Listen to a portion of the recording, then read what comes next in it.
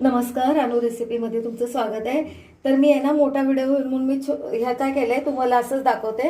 हा मी 2 किलो बटाटा घेतलाय. 2 किलो बटाट्यासाठी मी 300 ग्राम साबुदाणा घेतलाय. तो भाजलाय चांगला खमंग असा.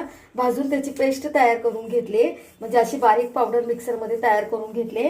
आणि हे बघा बटाटे उकडून घेतल्या आणि बटाटे आपल्याला असे मॅश करून घ्यायच्यात.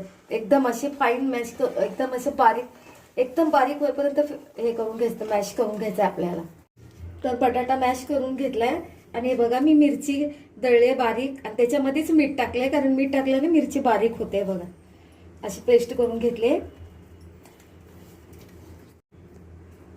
तुमच्या आवडीनुसार तुम्ही मीठ टाका, मिरची टाका.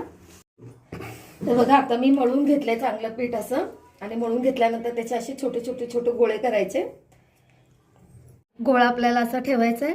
ह्याला शक्यतो प्लास्टिकला तूप लावून घ्या, म्हणजे खाली पापड चिपकणार नाही. आणि असं प्लास्टिक हातरायचं आणि असं प्रेस करायचं.